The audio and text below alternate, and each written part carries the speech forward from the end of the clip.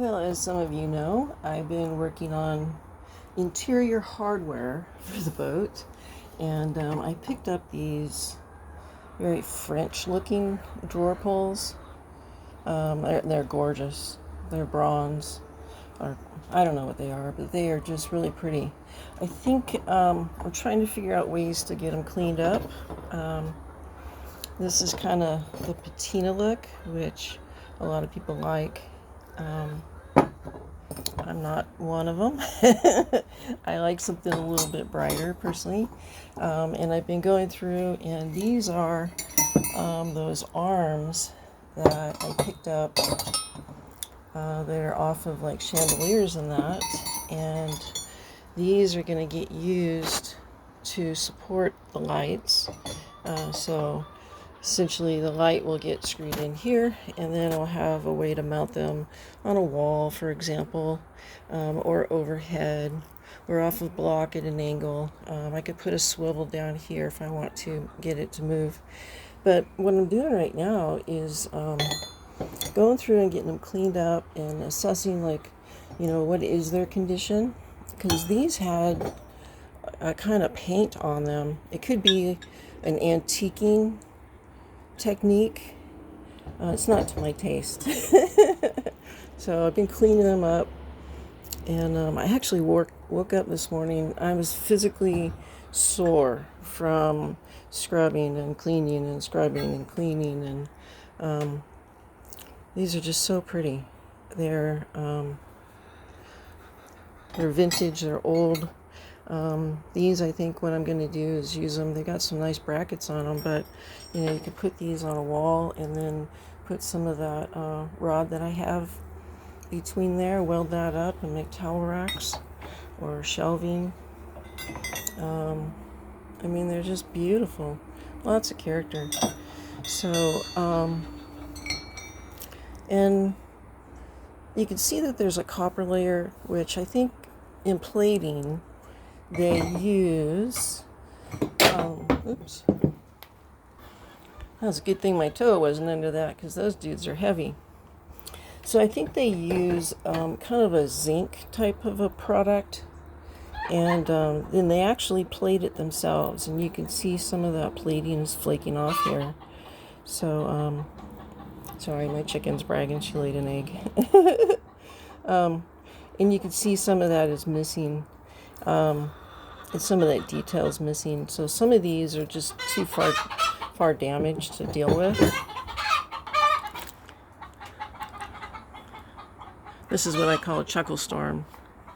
I don't know if that exists or not, but one of them starts bragging that she laid an egg, and then everybody's hooting and hollering about it. But yeah, we're having a little chuckle storm. What can I say? That's life in my house. There's critters doing all kinds of stuff, which is entertaining. So some of these have detail that's been lost that's not going to be recovered. Some of this, for example, I just don't know that I want to even mess with that. We'll see. I have options. I also have equipment to powder coat, and these might be some things that I use as practice pieces, and try different finishes out before I want to touch something that I want to keep, like some of these really pretty ones like this that I'm surely going to use.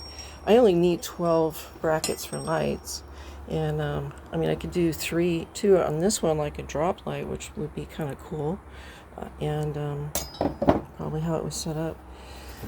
So I've been working on these guys. They're much cleaner. A lot of that detail is cleaned up, but even these have some finish problems now, and so I'm gonna do some cleanup. I did take all of these posts out of them, the ones that were removable, because these are dissimilar metals, and they were bleeding copper into everything that was clean. So I washed them up with some soap and got them cleaned up, and then I sprayed some WD-40 on them. They still need some cleaning, but at least they're separate for now. And then I will put some Lanacoat on those before they get assembled, so we don't have that again. And then these guys are some of the brand new nuts and lock washers that I have for assembly, and I just sprayed everybody with a little WD-40 for storage. Did you finally run out of juice this morning, Eddie? I know. You good boy. What's you doing? It's time for your nap, huh? You beautiful little boy. You sleeping on Mama's shirt. It smells like me, huh? I know. You good boy. Oh, cutie pie. Yeah. Alright, I'll let you be. You're so beautiful. Oh! Alright, Chuckle Storm I think is past. So let's carry on. So what I've done here is I've set up an ice chest, because it's plastic, as an electrolysis, electroplating, electrocleaning system. And I have some sacrificial steel in here, which is lovely. Just some regular steel, regular mild steel, and that's on your positive battery charger cable, and we've got a negative here. And for demonstration purposes, I have a old axe handle that I bought years ago. And you know, the thing about electrolysis is that there's little pits that are full of rust and debris and stuff, and electrolysis will just boil those out. So we're going to move electricity from here to there, that big rod. So it will move from here over to there, and when the current goes across, what's happening, no, that's not right. You have positive coming in and negative going out, and so then we're going to boil off the impurities. And so over the top of the axe, you'll see bubbling forming. So let me set it up. Okay, so positive moving to negative, we'll see boiling coming up off of here, and I like to put the negative clamp right over it because I get a good conduction. I have a wooden stick, and I can use that to push away the debris and create some circulation, and I can see what the part's doing. So let me turn on my charger. If you go to a garage sale and you see some of these old chargers, pick them up, because some of the new chargers you can't do this with. They just don't work. Look, here's a lineup. This guy's going to go in next, and it's going to come out looking almost new when I get done. So I have this on the low setting, so I'm putting out about 2 amps. You can go up to about 3 amps doing this, but this is what I have. And I run everything out here off a power strip, which has a GFI on the wall, so we're going to turn that on. Makes it really handy to be able to shut it on and off real quick. So yeah, look at the meter, and we're actually cranking a little more than 2 amps, about 2.5, 3 amps. So that's perfect. And here we go. See some action there. We have, this is not the time to drop your phone, Deb.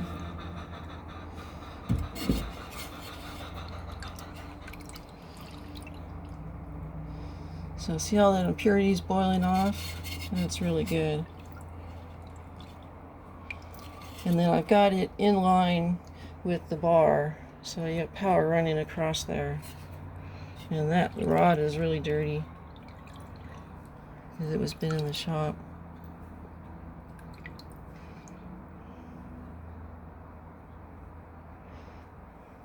And I set up a piece of copper pipe across here, because if I had multiple pieces, technically I could do it with multiple pieces and a nice long rod across here, which I have. And that piece of metal here starts about there to there, so it's a good foot long, good connection. But if I did multiples, then I would need to probably go a higher battery setting. So this won't take too long. I probably will also turn it in a flat position and just continue to rotate the part around over time. But this is going to clean it up nicely. So I have baking soda and OxyClean with some laundry detergent in here. And it's a little green because, believe it or not, I used some of my rainwater in the big tank there, and it's got a little algae in it, but I don't think that's going to hurt anything. I wanted the rainwater just because it has such less minerals in it, and of course the algae is not going to survive the detergent and the baking soda.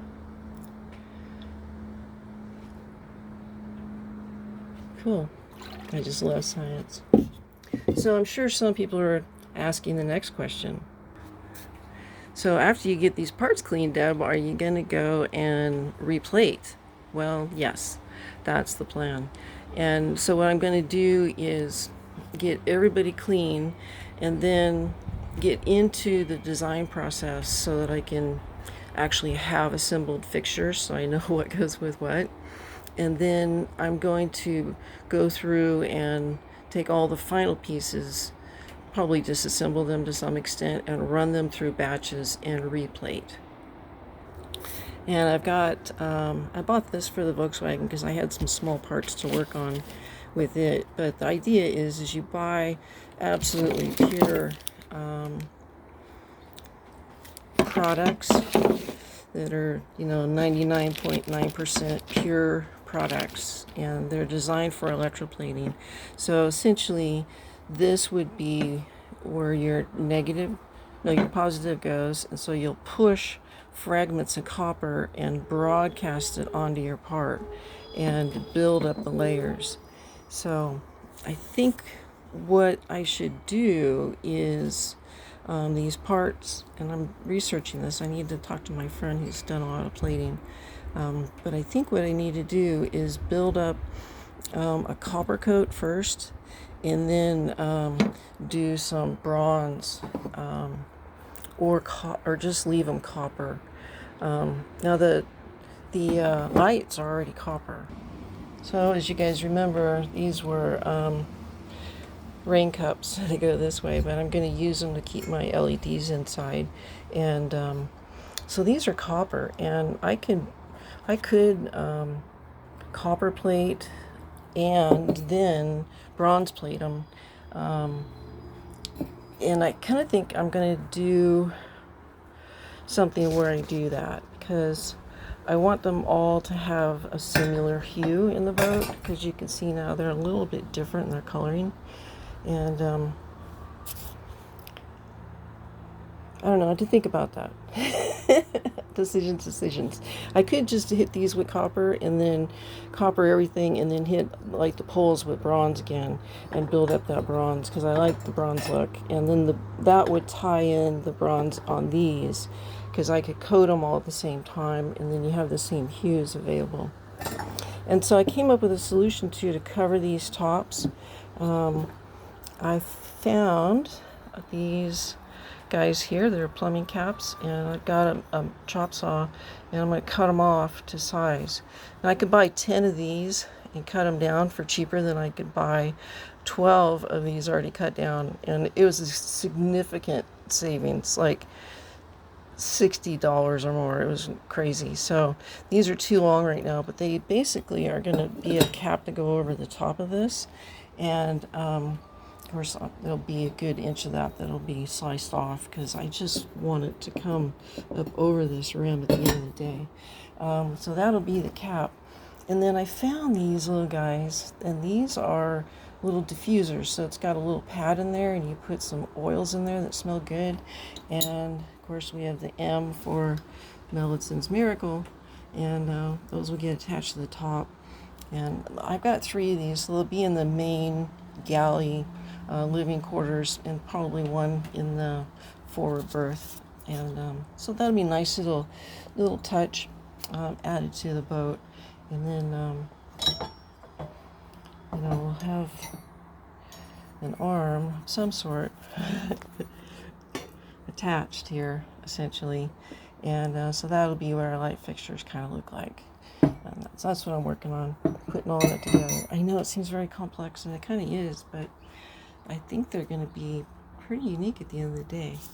So my thinking is like, get those cut down, solder those on, or weld those on, and then, because remember, I got 3 of these are going to be outside, so they have to have a lid to make them watertight from above. So So these are going to get plated once they're all assembled. I'll get everything else plated. The first thing I do before I have to plate is to get them clean, you know, to make sure all the pores are clean. So let's take a look at this guy. Oh, I can already see that looks cleaner. All right, let me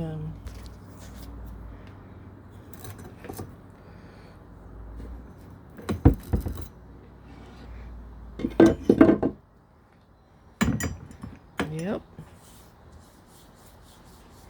The rust coming off of there already. That looks nice. Alright, so it's wiped down. You can see that this is the face next to the sacrificial metal, and then this is the one that's not facing it. So I'm going to turn it around, and we'll do this other side.